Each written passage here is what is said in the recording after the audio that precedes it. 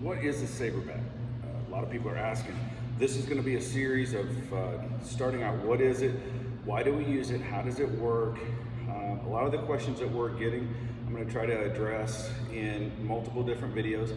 If I don't address your question, email me, spike@spikesathletics.com. I'll do my best to get an answer out to you.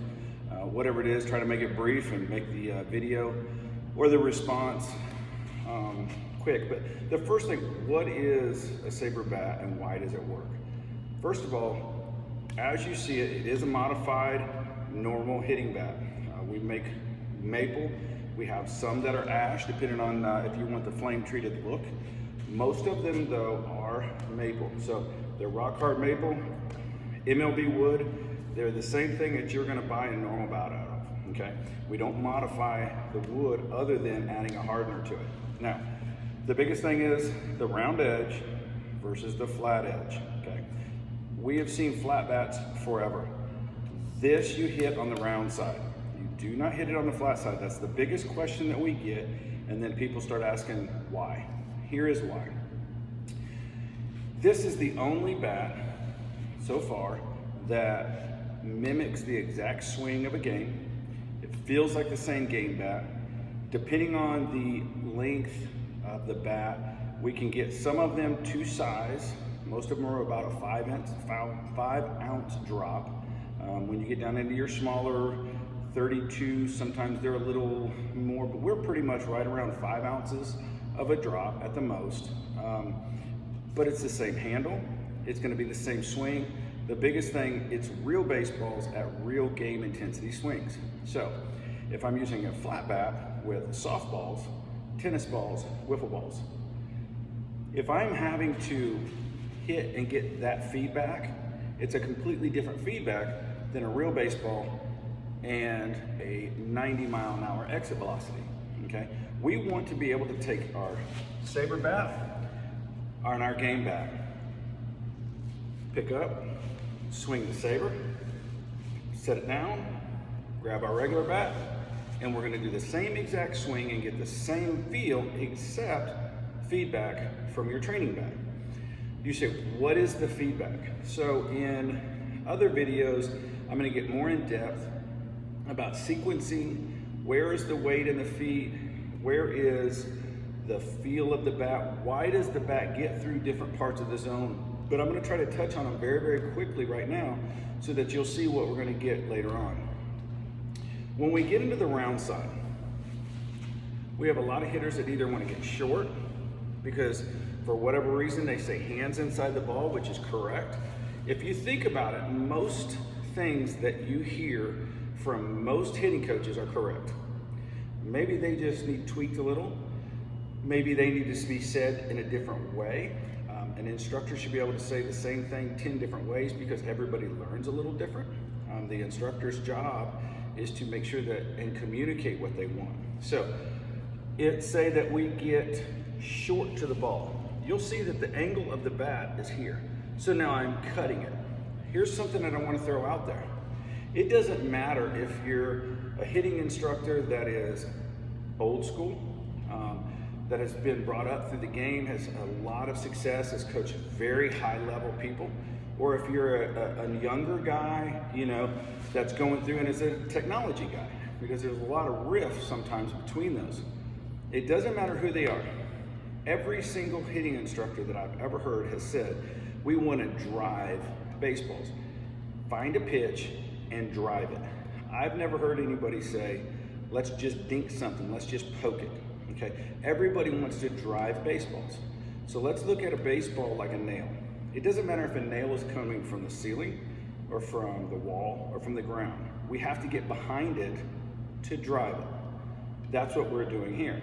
Now, when we get into the analytics of angles, okay, what is the pitch angle? What is my launch angle? Those get so misinterpreted and they get talked about nowadays so much. A lot of people really either don't understand them, but the truth of them is that angle changes with the pitcher, with the arm slot, with the height of the hitter, with where the pitch location is. There's just too many variables to try to tell somebody they need to be between 7 and 12, 7 and 15. It's a good metrics, okay, to talk about, but it's really, really hard for an athlete to actually do with a ball that is running this much difference between pitches and then changing speeds and then changing arm angles. But if we try to teach a hitter and say, look, let's just figure out a way to get behind the ball and let's drive it. Let's get into the zone, let's get behind it. That's what the SABRE's gonna do. The feedback, briefly, is let's say that it's very, very common. We're gonna move to an outside pitch and a hitter is short to the ball. They're going to cut it or slice it or this. With the SABRE, as we sequence, we have to get behind that ball. As you sequence correctly, you're going to get this rounded edge on plane faster because you have to be able to hit with a rounded side. It's instant feedback.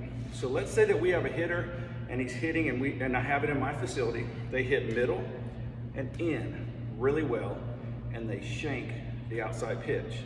The feedback for that hitter is they are getting to hear very, very well, but they shank that because they're too steep or they're cutting it.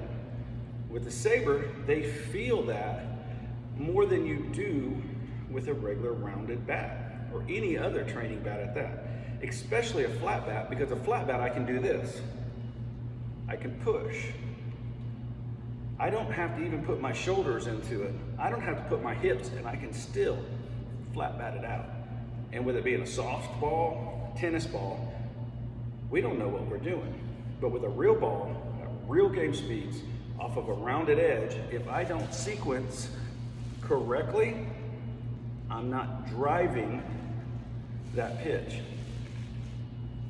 Versus, okay, that's just one example. We'll get into more later. Basically what I want you to know, the SABRE is absolutely, without a doubt, going to increase the amount of good struck balls that you're gonna hit, batted balls, which means your average is gonna go up, which means your power numbers are gonna go up, which means you're gonna be more successful so that you can play the game longer no matter what level you play. I've never had a coach or a hitter come in and says, I just don't wanna be good. I only wanna play till I'm 11. Well, if the game is fun and the athlete plays a little bit longer, who knows what's gonna happen? Even if they don't play at the bigs, they're gonna make more friends. They're gonna learn discipline from working. They're gonna learn discipline from going to the games when they don't want to. They're gonna learn practice when they don't want to. And they're gonna learn teamwork. At the end of the day, sports, outside of making money at it for some of the pros and things like that, it's about mentoring our kids, okay? We know that at some point in time, most of them are either gonna be fathers or mothers. They're gonna be husbands and wives. And so we need to mentor them through sports, how to get better. That's just part of my philosophy of sports. When it comes to SABRE, SABRE stands for Spike, Allie, Brady, Richards. That's our family, me and my 2 kids. They help me in the business. We want to put a product out there that allows you and your family to enjoy the game longer, have more fun, and just enjoy being around each other as long as you can. If you're successful or even more successful than you were before, then my family's helped your family, and that's really what life is about. The SABRE will absolutely, without a doubt, help you increase power, lessen the shanked balls, mishit balls, and have more fun playing the game.